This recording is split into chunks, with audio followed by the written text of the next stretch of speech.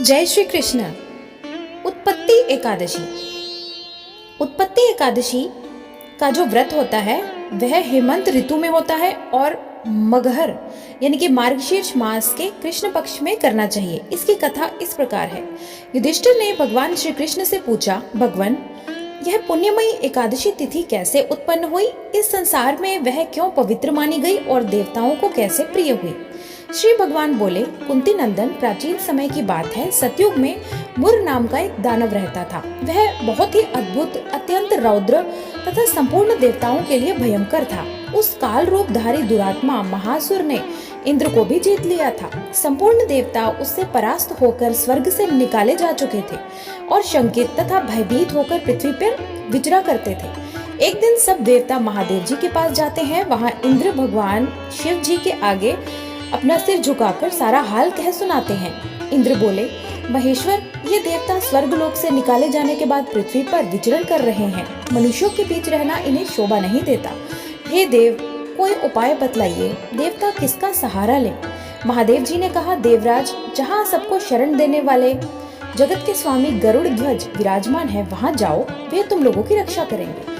भगवान श्री कृष्ण कहते हैं, युधिष्ठिर महादेव जी की बात सुनकर परम बुद्धिमान देवराज इंद्र संपूर्ण देवताओं के साथ क्षीर सागर में गए, जहाँ भगवान गदाधर सो रहे थे। इंद्र ने हाथ जोड़कर उनकी स्तुति की। इंद्र बोले, देव देवेश्वर, आपको नमस्कार है। देव, आप ही पति, आप ही मति, आप ही कर्ता, आप ही कारण है। आप ही लोगों की माता और आप ही इस जगत के पिता हैं। देवता और दानव दोनों ही आपकी वंदना करते हैं। हे पुंडरीकाक्ष, आप दैत्यों के शत्रु हैं। मधुसूदन, हम लोगों की आप रक्षा कीजिए। हे भगवान, शरण में आए हुए देवताओं की सहायता कीजिए। इंद्र की बात सुनकर भगवान विष्णु बोले, देवराज, यह दानव कैसा है? उसका रूप और बल कैसा है और उस दुष्ट के रहने का स्थान कहाँ है? इंद्र बोले, देवेश्वर, पूर्व काल में ब्रह्मा जी के वंश में तालजंग नाम का एक महान असुर उत्पन्न हुआ था। उसका पुत्र मुर नाम का एक दानव है। वह अत्यंत उत्कट, महापराक्रमी और देवताओं के लिए भयंकर है। चंद्रावती नाम की एक प्रसिद्ध नगरी है, उसी में स्थान बनाकर वह निवास करता है। उस दैत्य ने समस्त देवताओं को परास्त कर उन्हें स्वर्गलोक से बाहर निकाल दिया है। उसने दूसरे इंद्र को स्वर्ग के सिंहासन पर बैठाया है। अग्नि, चंद्र, सूर्य, वायु, वरुण भी उसने दूसरे ही बनाए हैं। जनार्दन, मैं सच्ची बात कह रहा हूँ, उसने सब कोई दूसरे ही कर लिए हैं। देवताओं को तो उसने प्रत्येक स्थान से वंचित कर दिया है। इंद्र की यह बात सुनकर भगवान जनार्दन को बहुत क्रोध आया। उन्होंने देवताओं को साथ लेकर चंद्रावती नगरी में प्रवेश किया। भगवान गदाधर ने देखा कि दैत्यराज बारंबार गर्जना कर रहा है और उससे परास्त होकर संपूर्ण देवता दसों दिशाओं में भाग रहे हैं। अब वह दानव भगवान विष्णु को देखकर बोला, खड़ा रह, खड़ा रह। उसकी यह ललकार सुनकर भगवान के नेत्र क्रोध से लाल हो गए। वे बोले, अरे दुराचारी दानव, मेरी भुजाओं को देख। यह कहकर श्री विष्णु ने अपने दिव्य बाणों से सामने आए हुए दुष्ट दानवों को मारना आरंभ कर दिया। पांडुनंदन, तत्पश्चात श्री विष्णु ने दैत्य सेना पर चक्र से प्रहार किया। उससे छिन्न भिन्न होकर सैकड़ों योद्धा मौत के मुख में चले गए। इसके बाद भगवान मधुसूदन बद्रिकाश्रम को चले गए। वहाँ सिंहावती नाम की एक गुफा थी जो 12 योजन लंबी थी। पांडुनंदन, उस गुफा में एक ही दरवाजा था। भगवान विष्णु उसी में सो गए। वह दानव मुर भगवान को मार डालने के उद्योग में उनके पीछे तो लगा ही था, अतः उसने भी उस गुफा में प्रवेश किया। वहाँ भगवान को सोते देख उसे बड़ा हर्ष हुआ। उसने सोचा, यह दानवों को भय देने वाला देवता है, अतः इसे मैं निसंदेह मार डालूंगा। युधिष्ठिर, दानव के इस प्रकार विचार करते ही भगवान विष्णु के शरीर से एक कन्या प्रकट हुई, जो बड़ी ही रूपवती, सौभाग्यशालिनी तथा दिव्य अस्त्र शस्त्रों से सुसज्जित थी। वह भगवान के तेज के अंश से उत्पन्न हुई थी। उसका बल और पराक्रम महान था। युधिष्ठिर, दानवराज मुर ने उस कन्या को देखा। कन्या ने युद्ध का विचार करके दानव के साथ युद्ध करने की याचना की। युद्ध छिड़ गया। कन्या सब प्रकार की युद्ध कला में निपुण थी। वह मुर नामक महान असुर उसके हुंकार मात्र से राख का ढेर हो गया। दानव के मारे जाने पर भगवान जाग उठे। उन्होंने दानव को धरती पर निष्प्राण पड़ा देखकर कन्या से पूछा, मेरा यह शत्रु अत्यंत उग्र और भयंकर था, किसने इसका वध किया है? कन्या बोली, स्वामिन, आपके ही प्रसाद से मैंने इस महादैत्य का वध किया है।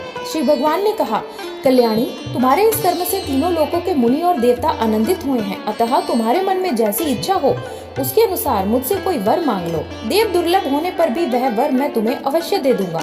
वह कन्या साक्षात एकादशी ही थी। उसने कहा, प्रभु यदि आप प्रसन्न हैं तो मैं आपकी कृपा से सब तीर्थों में प्रधान, समस्त विघ्नों का नाश करने वाली देवी हूँ। जनार्दन, जो लोग आप में भक्ति रखते हुए मेरे दिन को उपवास करेंगे उन्हें सब प्रकार की सिद्धि प्राप्त हो। जो लोग उपवास अथा एक भुक्त भोजन करके मेरे व्रत का पालन करेंगे उन्हें आप धन, धर्म और मोक्ष प्रदान कीजिए। श्री विष्णु बोले, कल्याणी, तुम जो चाहती हो वह सब पूर्ण होगा। भगवान श्री कृष्ण कहते हैं, युधिष्ठिर, ऐसा वर पाकर महाव्रता एकादशी बहुत प्रसन्न हुई। दोनों पक्षों की एकादशी समान रूप से कल्याण करने वाली है। इसमें शुक्ल और कृष्ण का भेद नहीं करना चाहिए। यदि उदय काल में थोड़ी सी एकादशी, मध्य में पूरी द्वादशी और अंत में किंचित त्रयोदशी हो तो वह त्रिस्पर्शा एकादशी कहलाती है। वह भगवान को बहुत ही प्रिय है। यदि एक त्रिस्पर्शा एकादशी को उपवास कर लिया जाए तो 1000 एकादशी व्रतों का फल प्राप्त होता है। इसी प्रकार द्वादशी में पारण करने पर 1000 गुना फल माना गया है। अष्टमी, एकादशी, षष्ठी, तृतीया और चतुर्दशी ये यदि पूर्व तिथि से विद्ध हो तो उनमें व्रत नहीं करना चाहिए, पर वर्तिनी तिथि से युक्त होने पर ही इनमें उपवास का विधान है। पहले दिन में और रात में भी एकादशी हो और दूसरे दिन केवल प्रातः एक दंड एकादशी रहे तो पहली तिथि का परित्याग करके दूसरे दिन की द्वादशी युक्त एकादशी को ही उपवास करना चाहिए। यह विधि मैंने दोनों पक्षों की एकादशी के लिए बताई है। जो मनुष्य एकादशी को उपवास करता है वह वैकुंठ धाम में जाता है, जहाँ साक्षात भगवान गरुड़ ध्वज विराजमान रहते हैं। जो मानव हर समय एकादशी के महात्म्य का पाठ करता है उसे 1000 गौदान के पुण्य का फल प्राप्त होता है। जो दिन या रात में भक्ति पूर्वक इस महात्म्य का श्रवण करते हैं वे निस्संदेह ब्रह्म हत्या आदि पापों से मुक्त हो जाते हैं। एकादशी के समान पाप नाशक व्रत